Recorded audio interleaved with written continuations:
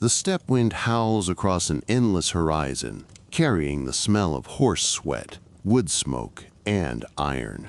Beneath the vast sky, a procession crawls slowly forward, carts piled with chests of gold, carpets, and precious silks. But at the very heart of this caravan sits something more valuable than all the treasure combined. A young girl hidden behind embroidered curtains. She is no ordinary child. She is a princess, the living seal of a treaty, her body a contract, inked not with words but with blood. The year is the early 13th century, when the Mongol horde has already thundered across Asia, leaving smoldering cities in its wake. To resist is to invite ruin. To submit is to kneel before a power no king or sultan can withstand. And so, again and again, rulers offered their daughters, their sisters, their nieces. Flesh and blood turned into political ransom. This girl's name will echo faintly through chronicles, never with the same grandeur as Genghis Khan or his generals, but her fate is no less important. She is one of the many brides of the empire, traded to cement fragile alliances, her youth consumed in the shadows of conquest. Imagine her small hands clutching the edge of the cart, the endless grasslands stretching in every direction, and the knowledge that each mile takes her farther from home, closer to a court where survival will demand silence, cunning, and perhaps even betrayal. Tonight, under the cold stars of the steppe, her story begins. The girl was born in a walled city that smelled of spice and incense, not smoke and blood. Her earliest memories were of courtyards where fountains sang and mulberry trees cast long shadows over stone pavements. She was the daughter of a khan, a prince, or a sultan. The chronicles disagree. What mattered was this: she was born into privilege, dressed in silk from her first breath, taught to bow only to the gods and her father. But in those same years, far beyond the horizon of her childhood world, a storm was gathering. On the Mongolian steppe, a man named Temujin had begun uniting rival clans with a mixture of charisma and terror. By the time she was learning to recite poems and trace letters on wax tablets, Temujin had already taken the name Genghis Khan, universal ruler. His horsemen poured across deserts and mountains like a flood. No city, no empire seemed safe. In the market squares of her home, rumors drifted like dust. Merchants whispered of towns in Transoxiana where every man, woman, and child had been cut down, of rivers that ran red with the dead, of caravans looted, of walls shattered by siege engines dragged thousands of miles across the earth. The Mongols were not just soldiers. They were a tide, devouring all in their path. Her father's court debated endlessly. Should they resist? Should they build higher walls, call upon distant allies, hire mercenaries from Persia? Or should they surrender before the horsemen even arrived? In the end, one path seemed safer than all others. If the Mongols demanded tribute, they would pay. If they demanded hostages, they would send gold. And if they demanded a bride, they would send her. The decision was not spoken to her directly. She overheard it in fragments.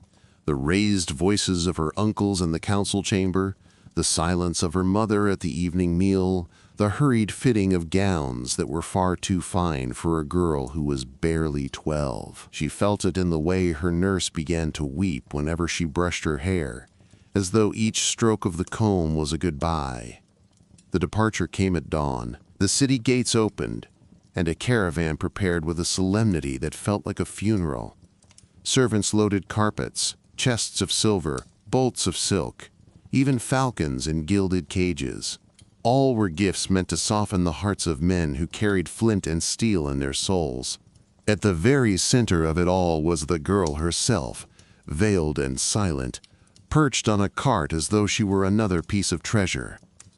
The steppe swallowed her city within hours. Gone were the tiled rooftops, the scent of cinnamon, the chants of the muezzins. Ahead lay only endless grass and the thunder of hooves. The Mongols did not march like other armies. They moved with frightening speed, appearing and vanishing like ghosts. Her escort knew this. Every night they built great fires, more for comfort than for warmth, and posted watchmen who peered into the dark as if expecting riders at any moment. One evening she finally saw them, a cloud of dust on the horizon, then figures breaking from it, horsemen clad in leather armor, their bows strung, their eyes unreadable. They encircled the caravan with the ease of hunters surrounding prey. She held her breath. Her father's envoys stepped forward, holding out scrolls tied with silk ribbons. A translator shouted words she barely understood. The riders listened, then laughed, then gestured for the caravan to follow. From that night on, there was no turning back. Her new world was a world of felt tents, gurs, they called them, their circular walls painted with symbols of the sky. The air smelled of mare's milk, smoke, and damp wool. Horses were tethered in endless lines, their breath rising in the dawn chill like steam from an army of dragons. She was led from tent to tent, her gifts displayed, her body appraised with the same detached calculation. She understood, even at her age, that she was not a bride in the ordinary sense. She was a pledge, a living seal upon a bargain struck between conqueror and conquered. That night she lay awake on a bed of furs, listening to the wind tear across the plain, and realized something terrifying. Her father's city was now hundreds of miles away, perhaps already ash and rubble. Her childhood was over. The Mongols had not only claimed her body for marriage, they had claimed her entire destiny. And somewhere, in the largest tent at the camp center, sat the man whose empire stretched farther than the eye could see, the man who had demanded her presence. Soon she would meet him. The Mongol camp was like nothing she had ever imagined. It stretched for miles, a living city that could be packed and moved within hours. Horses, outnumbered people. Herds grazed in the distance like dark shadows rolling over the grass, while nearer the camp, every sound was of hooves stamping, whinnies cutting through the night, the clatter of iron pots, and the deep laughter of warriors who had spent the day in the saddle. The girl's cart was led toward the center, where the largest tents rose like mountains of felt. The banners fluttered in the wind, black horsehair standards tipped with wolf heads, symbols of Genghis Khan's authority. She caught glimpses of faces hardened by war, men with braids and scars, women with bows slung across their shoulders, children who rode ponies before they could walk. This was a nation of horse and fire, bound not by walls but by blood and conquest. At the camp's heart stood the great yurt of the Khan himself. It was larger than some halls in her father's palace, with painted doors, golden fittings, and guards at every entrance. She was not brought inside at once. Instead, she was installed in a smaller tent nearby, attended by women who spoke no word of her tongue but whose gestures were commanding and brisk. They stripped her silks, replacing them with robes of felt and fur. They braided her hair in Mongol fashion, tugging at her scalp until tears blurred her eyes. A veil was thrown over her head. That evening she was led into the great tent. The air inside was thick with the scent of burning dung and sweet fermented milk. Lanterns cast a glow on the walls, illuminating trophies of conquest. Swords, saddles, banners torn from fallen foes. At the far end of the chamber, seated on a low platform, was the Khan. His face was not what she expected. He was no monstrous giant, but a man of middle height, broad-shouldered, his eyes sharp and unblinking. His hair was streaked with gray, his beard trimmed close. He wore no crown, only a robe of simple but rich fabric, and at his side rested a sword that seemed heavier than the air itself. She was made to kneel. Her escorts recited long phrases in Mongol, their tones rising and falling like drums. Then silence fell. She dared to raise her eyes and found his gaze upon her. It was not lustful, not even cruel, but it was absolute.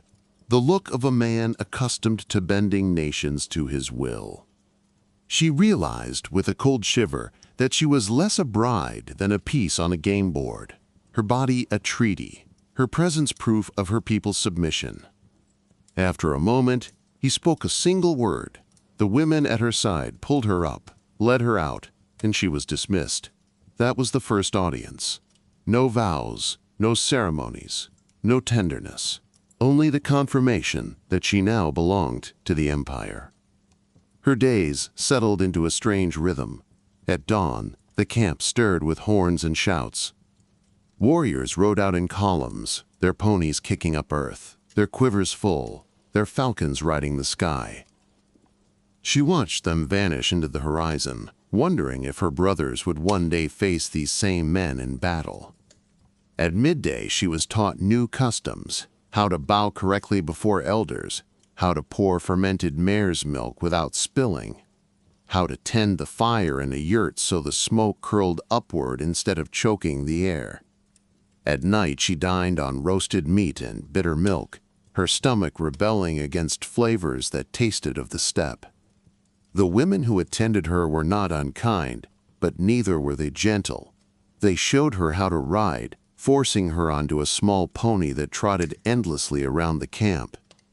They corrected her posture with sharp slaps, barked at her when she faltered. Slowly, her city-bred softness began to peel away. She learned to grip the saddle with her knees, to guide the horse with the slightest tug of the reins. She learned to drink the sour milk without gagging. She learned to smile when warriors glanced her way, even though her heart was a knot of fear. But the hardest lesson came in the evenings, when she was summoned to the Khan's tent. Sometimes she saw him, sometimes not. Often she was made to sit silently among his other wives and consorts, women from every corner of the empire, Tangut princesses, captured daughters of Khwarazm, steppe noblewomen whose fathers had sworn loyalty.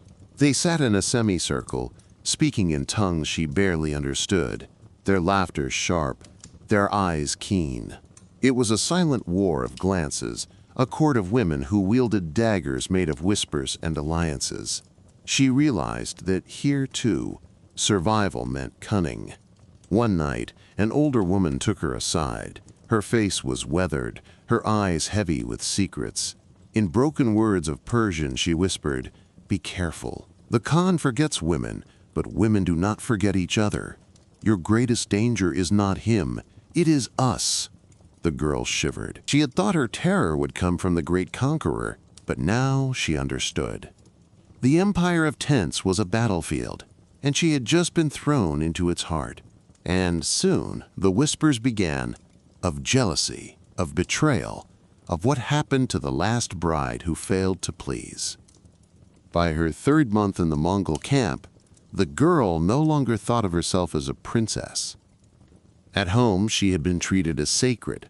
Servants bowed when she entered, tutors praised her cleverness, her mother shielded her from every shadow.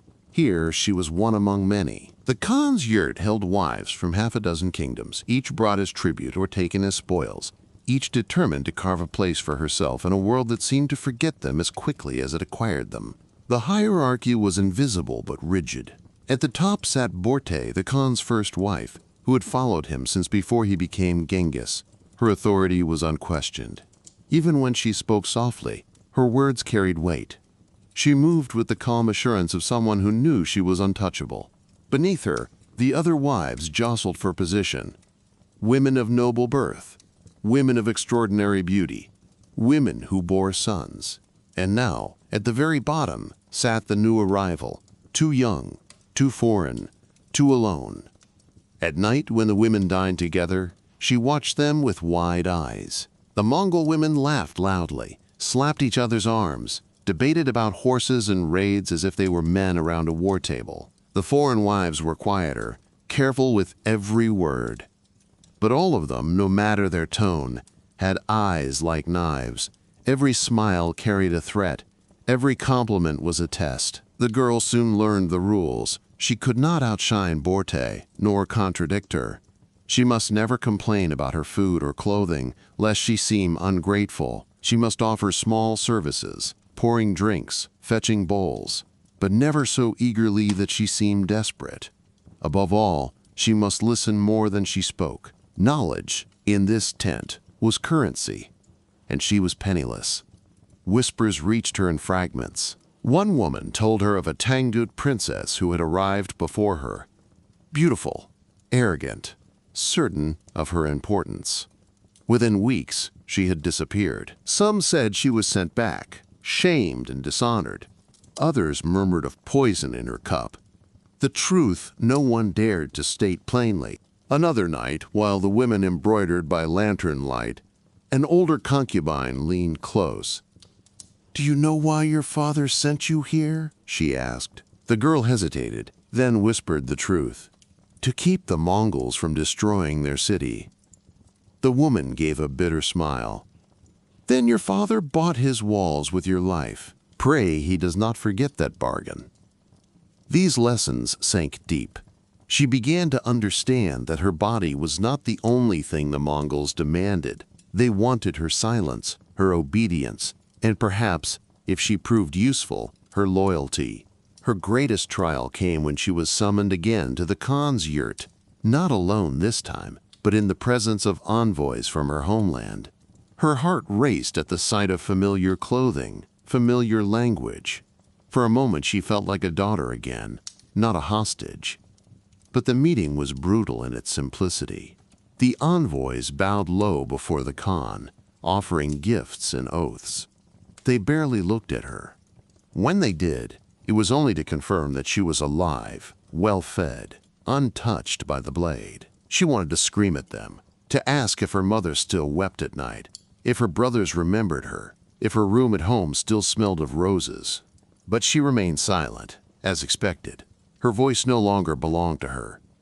After the envoys left, she wept for the first time in weeks. One of the Mongol women, a young wife from a conquered Persian city, found her and pressed a small cloth into her hand. "Do not cry where they can see," she whispered. "Here, tears are weakness. Weakness is death." The seasons turned. Snow blanketed the steppe, the yurt steaming with heat inside, as warriors returned from campaigns carrying plunder, silks, spices, even captured artisans. Each night the camp feasted, and she was expected to sit among the wives, to smile, to eat, to show that her people were loyal. Slowly, she began to change. She learned to hide her grief behind still eyes. She learned to ride without fear, to sip mare's milk without grimacing, to bow and speak the few Mongol words she had mastered. But most importantly, she began to listen. She caught hints of arguments between generals, of jealousies among the wives, of rivalries among the Khan's sons. Power was not just in the saddle or the sword. Power lived in secrets, and she was beginning to collect them like precious stones. One night, as the fires died low, Borte herself beckoned the girl closer. The first wife studied her in silence for a long time, then finally said, "You will survive here. I can see it in your eyes. You will suffer, but you will survive. Remember this. The Khan conquers with armies, but women conquer with patience." The girl bowed, her heart pounding. She had thought herself powerless, a pawn with no moves left. But now, for the first time, she wondered if even a pawn might one day reach the other side of the board. And far away, beyond the frozen horizon, her homeland still dreamed she might return. Spring returned to the steppe with thunder. Snow melted into mud, grass rose like green fire across the plains, and with it came the call to war. Horns blared at dawn. Warriors gathered in thousands, their horses stamping in restless anticipation. The girl stood at the edge of the camp, watching as the Khan's banners rose high. Black horsehair whips snapping in the wind, symbols that sent dread into every kingdom across Asia. She had thought the camp large before. Now it doubled, tripled, as new contingents arrived daily. Men from distant tribes rode in, bringing wives, carts, herds. The empire was not one nation but dozens, fused together by the will of one man. At night she heard drums and chants, the low murmur of shamans invoking the spirits of sky and earth. Smoke curled from fires, carrying the scent of sacrifice. Horses slain to honor the eternal blue heaven. Blood poured into the soil as an offering for victory. One morning, Borte summoned her. "You will ride with us," the first wife said simply. The girl blinked in shock. "With you? To war?" Borte's dark eyes glimmered. "The Khan takes his wives when he rides. We are not ornaments left behind in tents. We are part of his shadow." So she mounted a pony, smaller and stockier than the tall horses of her homeland, yet tireless. The women rode behind the warriors, their carts loaded with supplies, their yurts dismantled and strapped to wagons. The army moved like a living creature, swift, flexible, unstoppable. What had seemed chaos to her before now revealed its discipline. Riders in groups of 10, tens into hundreds, hundreds into thousands, each with a leader, each ready to vanish into the horizon or converge on a single point. After days of riding, they reached the first city. Its walls rose from the plain like a defiant fist, towers gleaming in the sun. From afar, it looked strong, unbreakable. But the girl had already learned the truth. No wall could resist forever. The Mongols brought siege engines dragged on carts, towers that unfolded like monstrous insects, catapults built from woodcut along the way. She watched in horrified fascination as the engines were assembled within days, as if the earth itself had surrendered timber and stone for their conquest. The assault began with horns. Arrows darkened the sky, raining on the battlements. Drums pounded. Riders circled the walls, their shouts carrying terror into the hearts of defenders. Then came the thunder of stones crashing against towers, gates splintering beneath rams. She clutched her reins, her stomach heaving as the city's screams reached her. By nightfall, the gates broke. The Khan's army poured in. What followed was chaos, fire leaping from roof to roof, shadows running through smoke, the air thick with the sound of collapse. The girl turned her face away, but the glow of the burning city lit her eyes like a nightmare she could never unsee. And yet the Mongols treated it not as cruelty, but as necessity. To them, terror was a weapon sharper than any blade. Survivors carried stories farther than any scout, of cities burned, of rulers humiliated, of resistance crushed. In those stories lay the seeds of future surrenders. Days later, when the ashes cooled, the Khan held court in the ruins.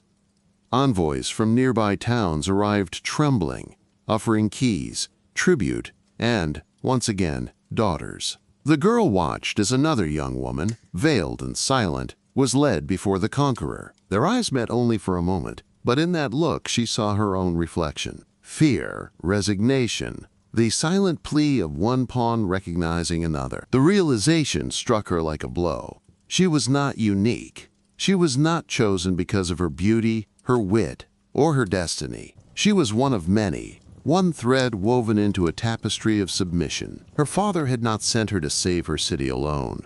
Countless fathers were doing the same, feeding their daughters into the maw of empire to spare their people the torch. And yet, she noticed something else. In the camp, the wives were not voiceless. Borte issued commands that warriors obeyed. Other women oversaw supplies, judged quarrels, managed slaves and herds. A conquered woman from China organized artisans to repair broken siege machines. Another, from Central Asia, oversaw trade, bargaining with merchants who followed the army like carrion birds. These wives wielded influence, subtle but real. For the first time, the girl wondered, could she too carve such a space? Could she transform her captivity into a weapon, not of conquest, but of survival? That night, as fires flickered in the ruins of the fallen city, She whispered a vow into the darkness. She would endure, she would learn, and one day, if fate allowed, she would find a way to turn the empire's shadow to her own advantage. But fate was not done testing her. For even as the Mongols pushed westward, her homeland began to stir with rebellion, and the Khan would soon demand proof of her loyalty. The summer heat on the steppe pressed down like a heavy hand. Dust clung to her robes, sweat stung her eyes, but her mind was far from the endless grasslands. Word had come from her homeland, whispers carried by merchants and envoys, and every one of those whispers was poison. Her father's people had risen. At first, she refused to believe it. Her marriage had been the seal of peace, the sacrifice meant to guarantee safety. But now, reports arrived of walls being rebuilt, armies gathering in secret, and envoys from rival powers promising aid. Her father had bent the knee to save his city. Now he had straightened his back again, as though her life had been no more than a coin tossed into the dirt. The Khan's reaction was swift and cold. Around the campfires, generals spat curses. "The city has forgotten its pledge," one snarled. Another suggested marching immediately, setting the streets alight, scattering the people into servitude. Through it all, the Khan remained silent, his eyes like chips of obsidian. Finally he spoke. "Bring her to me." She was led into his yurt, her knees trembling as she knelt on the felt rugs. The air inside was thick with incense and smoke, the shadows of weapons gleaming along the walls. The Khan regarded her for a long time without speaking. "Your father breaks his oath," he said at last, his voice like stone grinding against stone. "What shall I do with him?" She opened her mouth, but no words came. Every answer was a blade. If she pleaded for mercy, she would mark herself as weak, and worse, untrustworthy. If she called for punishment, she would be condemning her own blood. Her silence stretched until it became unbearable. At last, she whispered, "I am yours, my lord. Do as you must." The Khan's eyes narrowed. For a heartbeat, she thought he would strike her down. Instead, he gave a slow nod. "You have learned." That night she lay awake, shivering, wondering if she had just betrayed her family or saved herself. In truth, perhaps both. The army turned its gaze toward her homeland. She rode with the women as the horde advanced, her heart a tangle of fear and guilt. When the city finally appeared on the horizon, its walls gleaming in the sun, her breath caught in her throat. She remembered the smell of its fountains, the laughter of her brothers, the touch of her mother's hand. Now it stood as prey, its gates barred, banners fluttering defiantly. The Mongols encircled it with terrifying ease. Siege engines rose, trenches were cut, the roads severed like veins. She was brought before the gates, veiled and silent, placed on a platform where all inside could see her. A herald shouted words she half understood, "Surrender, or watch your daughter die." From the walls came no answer, no white flag, no signal of submission. Only the shrill silence of pride. The girl's heart twisted. Did her father still live? Did he watch from those battlements, weighing whether her life was worth the wager of rebellion? The Khan did not wait long. He unleashed his fury.